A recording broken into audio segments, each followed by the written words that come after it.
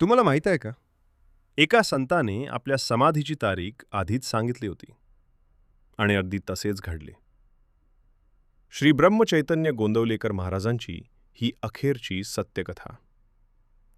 साल 1913 डिसेंबर महिना. महाराजांचे शरीर थकले होते. पायावर सूज आली होती. चालायला त्रास होत असे. शनिवारी 20 डिसेंबरला जेवायला बसले असता महाराज हळूच भाऊसाहेब केतकरांना म्हणाले, भाऊसाहेब, मी सोमवारी जाणार. भाऊसाहेबांना धक्काच बसला. रविवारी रात्री मंदिर भरून गेले. त्रास होत असतानाही महाराज भजनात रंगून गेले. निर्वाणीचा अभंग म्हणू लागले.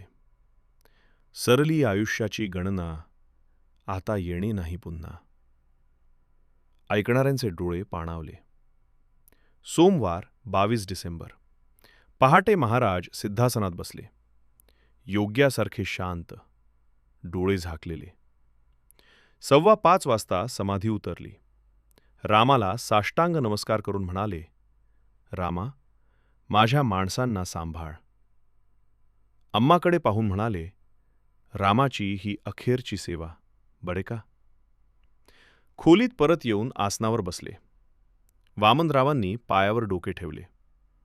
महाराजांनी डोक्यावर हात ठेवला आणि प्रेमाने म्हणाले, जेथे नाम तेथे माझा प्राण, ही सांभाळावी खूण. डोळे झाकले. ती अमृत नावाची घटका होती. 6ला 10 मिनिटे कमी असताना प्राणज्योत मालवली. गोंददल्याचा अध्यात्म सूर्य कायमचा मावळला.